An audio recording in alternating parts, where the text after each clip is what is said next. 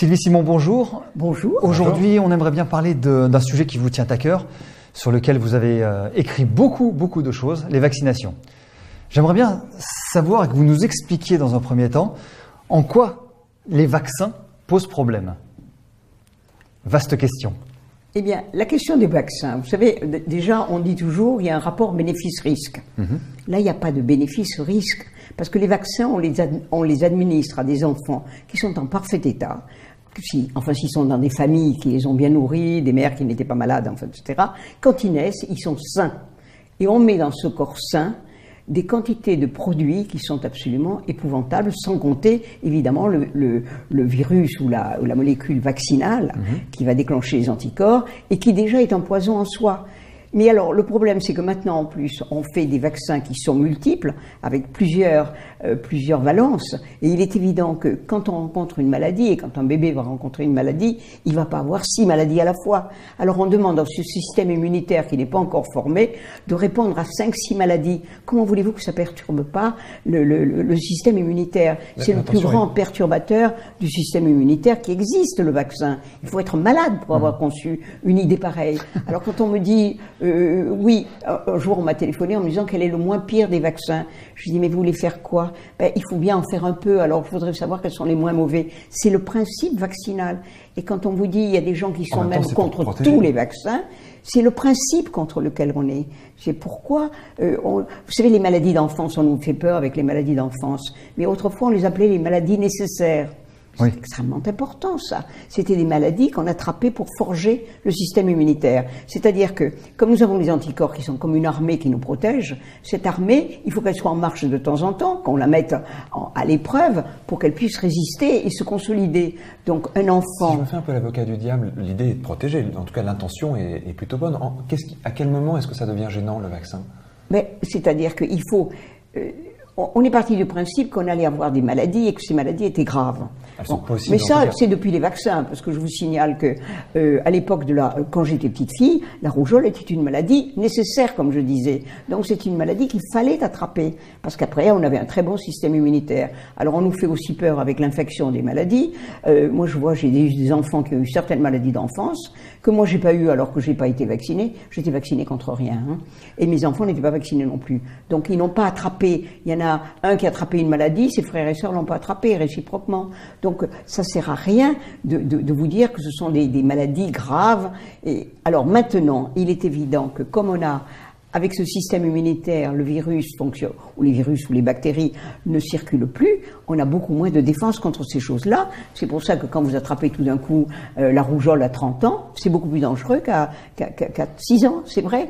Mais ça, c'est parce que c'est notre faute. Parce qu'il y a maintenant ces virus ou ces vaccins, on n'a plus de défense contre ces choses-là. Vous ne pensez pas, par exemple, qu'un vaccin comme celui de la polio, par exemple, est un vaccin qui a une utilité?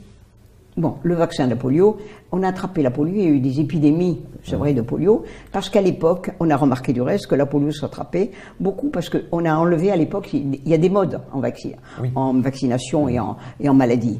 On a enlevé les végétations et les amygdales. Si on a eu des végétations et des amygdales, c'est pas pour rien, c'était pour nous protéger. Donc automatiquement, il y avait le poliovirus passait par ces choses-là. Alors, évidemment, il y en a eu beaucoup. On a remarqué qu'il y a eu beaucoup de polio sur les membres qui avaient eu d'autres vaccins que celui de la polio à l'époque. Et il y a eu ces épidémies de polio. Alors, il faudrait quand même faire remarquer que, par exemple, maintenant, on nous dit que la polio a été éradiquée par les vaccinations. Effectivement, la détermination, si vous voulez, le nom de la polio est donné, la maladie elle-même est donnée par le virus sauvage. Et là, avec ce virus sauvage, vous avez la polio. Bon, on a éradiqué, dit-on, en Inde la polio. Donc ça veut dire qu'a priori, on n'a plus besoin de se vacciner, c'est ça? Voilà, il n'y a plus de polio. Mais à la place, il y a une maladie qui s'appelle la paralysie flasque aiguë, qui a remplacé la polio et qui a une différence avec la polio, c'est-à-dire qu'au lieu d'être le virus sauvage, c'est le virus vaccinal, qui est beaucoup plus dangereux, beaucoup plus mortel. Mais alors on a gagné. Mais on vous dit il n'y a plus de polio. Ce qui est vrai, il n'y a plus de polio au sens que nous donnons au nom poliomyélite. Eh bien maintenant, il y a une maladie qui est la même que la polio, qui vous paralyse, qui tue beaucoup plus et qui s'appelle tout de même la paralysie flasque aiguë. Alors maintenant, on va dans quelques années inventer un vaccin contre la paralysie flasque aiguë. Or, qui donnera d'autres conséquences encore. Voilà, et qui redonnera d'autres conséquences, parce que la polio s'attrape beaucoup, ça s'attrape plus dans nos pays maintenant, mais ça s'attrape dans des pays où il n'y a pas d'hygiène, où les gens font leur défécation dans l'eau qu'ils boivent après, etc., etc. Donc chaque fois que vous mettiez des virus, même vaccinaux, en circulation, ils attaquent les gens. Donc il y en a de plus en plus, et ça on ne nous le dit pas. Et on veut maintenant éradiquer la polio en Afrique comme on l'a fait pour l'Inde, et effectivement, on va réussir comme on a fait en Inde, c'est-à-dire qu'il n'y aura plus de polio sauvage, il y aura à la place la polio vaccinale, mais qui ne s'appelle pas polio. Ça, c'est une question de... Votre idée, vous pensez en fait que la plupart des vaccins, ou peut-être même la totalité, d'après ce que vous dites, auraient plus de conséquences néfastes que de conséquences positives, en fait. Ah ben non, aucune conséquence. Elle ne protège pas. Parce que moi, j'ai écrit assez de bouquins pour montrer que quand on a vacciné à outrance, ça n'a pas changé du tout. Je donne un exemple. Par exemple, là, on prend le BCG, par exemple, qui a été très à la mode, le fameux BCG. Bon, eh bien, qui est censé protéger de la tuberculose ou bien... Oui, c'est le vaccin contre la tuberculose. A priori, ça ne protège même pas contre la tuberculose, mais non, contre la... aux États-Unis, la tuberculose a disparu sans vaccin. Sans vaccin, oui, c'est ça. Et on a introduit le vaccin de la tuberculose quand la maladie avait disparu. C'est ce qui s'est passé avec l'hépatite B. Oui. Il y a eu beaucoup d'hépatite B parce qu'on ne nous l'a pas dit, mais on a infecté les gens au moment de la vache folle. Enfin, il y a eu des transfusions. On a infecté les gens avec l'hépatite B. Et puis maintenant, on vous dit c'est la vaccination qui a arrêté l'hépatite B. C'est pas vrai. À partir du moment où il n'y a plus de seringues qui étaient contaminées, parce que tous les drogués changeaient leurs seringues et tout, au moment où il n'y a plus de seringues échangées comme ça, il n'y a plus du tout d'hépatite B. Il y en a très peu. Alors, il y a d'abord cette histoire-là qui est déjà un gros mensonge. Et alors, en plus, par exemple, on a constaté que quand on a fait, par exemple, le vaccin de l'hépatite B, les scléroses en plaques ont été multipliées par 3. Oui, ça c'est des choses... Personne n'en parle. On n'en parle pas du tout.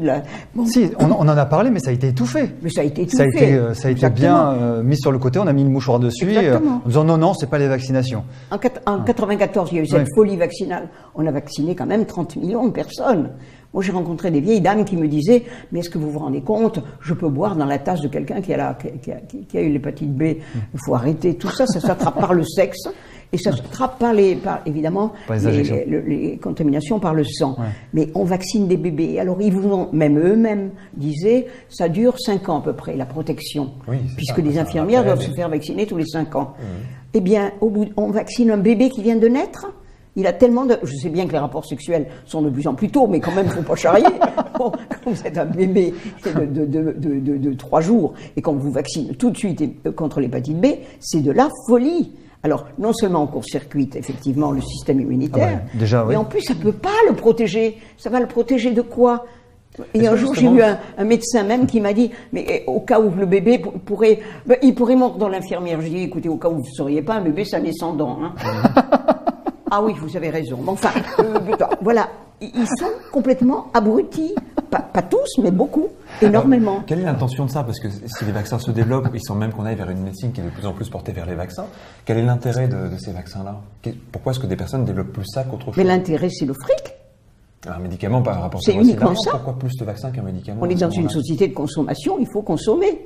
Alors, si on ne vaccinait que les gens, si vraiment le vaccin était utile, on ne chercherait pas à en faire autant de toute façon. Mais ce qu'on veut, c'est faire peur aux gens, parce que c'est par la peur qu'on marche. Et les gens ont peur. Moi, je vois des mères qui m'ont dit, j'ai quand même fait vacciner ma fille contre le Gardasil, par exemple. Contre le cancer du col de l'utérus. Qui est un vaccin épouvantable. Bon, il va y avoir des épidémies de cancer d'ici quelques années, ça ne va pas rater. Hein.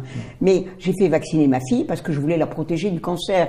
Or, moi-même, j'ai téléphoné un jour à Pasteur pour demander comment marchait ce vaccin. On m'a dit, c'est un vaccin contre le cancer, madame.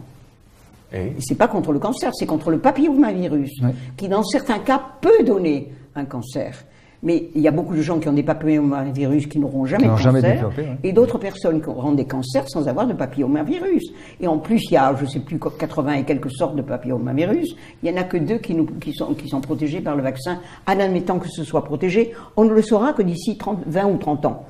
Comment peut-on dire que c'est un vaccin qui C'est une protège? campagne de culpabilisation et De peur anxiogène, et de c'est anxiogène. culpabilisation, Ouais, les c'est deux ça. à la fois. Ouais. Cultive la peur pour pouvoir consommer. Oui, oui. Ouais. Alors moi, je me mets à la place de ces mères. Ah Elles bah ne oui. savent pas. On leur dit, c'est un vaccin, grâce à ça, votre fille n'aura pas de cancer. Bon, et elles font vacciner les filles. Mais moi, j'ai eu au téléphone des quantités de mères dont les filles sont fichues maintenant, qui sont sur des chaises roulantes ou avec des pathologies extrêmement graves. Eh bien, elles vous disent, oui, mais je suis culpabilisée. Ben, je lui dis, mais ne vous culpabilisez pas, vous n'étiez pas au courant. Mais à partir du moment où vous êtes au courant et que vous continuez, là, vous êtes coupable. Bien sûr. Dans votre vision, il n'y a aucun vaccin donc qui est intéressant. Est-ce que c'est exagéré aucun. de dire ça ou est-ce que c'est... D'accord. Parce que ça ne protège pas. Ça ne protège pas. Est-ce que ça, c'est des choses qui, quand vous avancez ces arguments-là, j'imagine qu'il y a des études derrière, qu'il y a des personnes qui sont posées ces questions-là, qui ont étudié ces questions-là. Qu'est-ce qui empêche la diffusion de ces chiffres-là, de ces études-là? Parce que vous, j'imagine que vous les relayez dans vos ouvrages. Je vais vous donner un exemple typique. La diphtérie. La diphtérie est une maladie qui fait peur. Bon. Il se trouve que justement, par exemple, moi, au moment où j'étais en train d'écrire ce premier livre, tout d'un coup, je dis à mon mari, mais c'est bizarre, il me semble que tu as eu la diphtérie quand tu étais petit. Il me dit, oui, je l'ai eu à 7 ans. Je lui dis, mais tu avais été vacciné pourtant à l'époque. Il me dit, oui, justement, quelques jours après le vaccin. D'accord, c'est Je là que lui le dis, qu'a vaccin dit ta mère? Et il me répond, ah ben mon chéri, heureusement que tu étais vacciné, sinon tu serais mort. C'est le vaccin qui lui a donné la diphtérie. Alors, donc, à ce moment-là, il y a eu des études. Ça, c'est des choses courantes, ça? Ce sont des choses beaucoup de gens l'ont vécu, ça. Ça veut dire que Mais on le raconte virus pas. inoculé dans le vaccin finit par prendre Ça le peut dessus, donner c'est ça? la maladie. D'accord. Mais oui, puisqu'on vous injecte le virus ou la bactérie, automatiquement, vous pouvez l'avoir. Oui, ça paraît logique. C'est logique. Comme on la n'a pas grippe. besoin de faire 15 ans d'études de médecine pour Comme savoir la grippe, ça. c'est la grippe. Et alors, à ce moment-là, il y a eu un professeur de médecine qui s'appelait le professeur Fumeron, qui travaillait avec le docteur Neveu, et tous les deux ont trouvé un moyen de soigner la diphtérie d'une façon remarquable, c'était le chlorure de magnésium. Et avec le chlorure de magnésium, on guérissait la diphtérie, comme on guérit aussi le tétanos avec le chlorure de magnésium. Ils ont fait une publication extrêmement sérieuse, ce sont des médecins, c'était vraiment des médecins comme il y en avait beaucoup autrefois, qui connaissaient leur métier et qui travaillaient très bien. Ils ont voulu faire une publication à l'Académie. Et la lettre de l'Académie que j'ai publiée la photocopie dans un de mes livres, disait je ne peux pas publier dans le je ne sais plus dans quel journal qui appartient à la médecine, enfin dans le truc de médecine, enfin je ne sais plus comment ça s'appelle, je ne peux pas publier votre article car il nuirait aux vaccinations. Et l'intérêt général est de vacciner. Ça vous montre exactement ce qui s'est passé. Donc on a supprimé une information importante qui aurait pu sauver des gens et des enfants au profit de la vaccination qui n'a rien supprimé du tout, parce que je vous montre cet exemple de la diphtérie, parce que moi je l'ai vécu, et mon mari tout d'un coup me dit « Ah mais tu avais raison, j'y avais pas pensé ». Bon, et la même chose, vous pouvez demander à des médecins militaires, quand on vaccinait les hommes à l'armée avec le BCG, ils avaient tous des BCG après, ils partaient pour l'hôpital la plupart. Bon, on ne le dit pas non plus, ça. C'est quand même très grave. Et alors, justement, il y a eu, au moment où il y avait les hommes ont supprimé l'armée, vous savez, où on a supprimé le service militaire obligatoire, beaucoup de médecins se sont inquiétés en disant « Ah oui, mais alors, s'il n'y a plus la vaccination à l'armée, qu'est-ce qui se passera ?» Mais à l'époque, il n'y avait pas de femmes qui faisaient un service militaire, elles n'étaient pas vaccinées, elles n'étaient pas plus malades que les hommes. Bien sûr. Oui. Déjà, c'est une preuve. Et il y a eu des quantités il y a eu, par exemple, en prenant l'exemple de la grippe, il y a eu des études qui ont été faites sur la grippe. On nous a déclaré sur tous les tons, la grippe, le vaccin contre la grippe permet de sauver la moitié des gens âgés qui meurent de la grippe. Est-ce que ça a vraiment 50%. Or, quand vous allez voir quelle est la mortalité par la grippe chez les gens au-delà d'un certain âge, c'est 5%. Comment voulez-vous sauver 50% de la population s'il y a 5% seulement qui meurent de la grippe? Il ne faut pas dire que le vaccin a sauvé 50%. C'est pas de la médecine, ça c'est du bon sens. Et le bon sens a disparu complètement, vous voyez. Donc c'est très important ces choses-là. Mais on ne les dit jamais, et jamais un médecin ne soulève ces questions-là. Et quand j'en parle à des médecins, ils me disent « Oui, mais comme vous n'êtes pas médecin, je ne veux pas discuter avec vous. » Comme ça, c'est beaucoup plus simple. C'est une bonne façon d'éviter la... Mais ça, quand je leur dis « Mais dites, expliquez-moi !»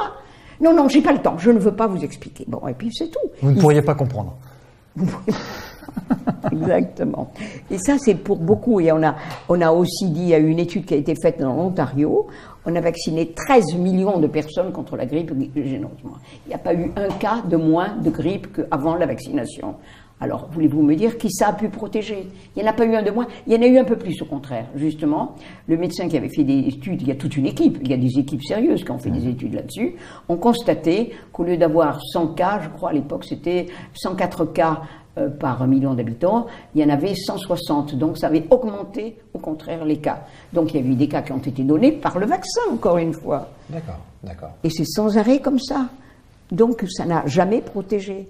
Et du reste, il y a un médecin qui est qui dirigeait au CDC d'Atlanta, vous savez, la section des vaccinations, et qui a dit tout le monde sait que le vaccin contre la grippe ne sert à rien, mais on continue à l'administrer parce qu'il rapporte au laboratoire. Quand on a compris ça, on a tout compris.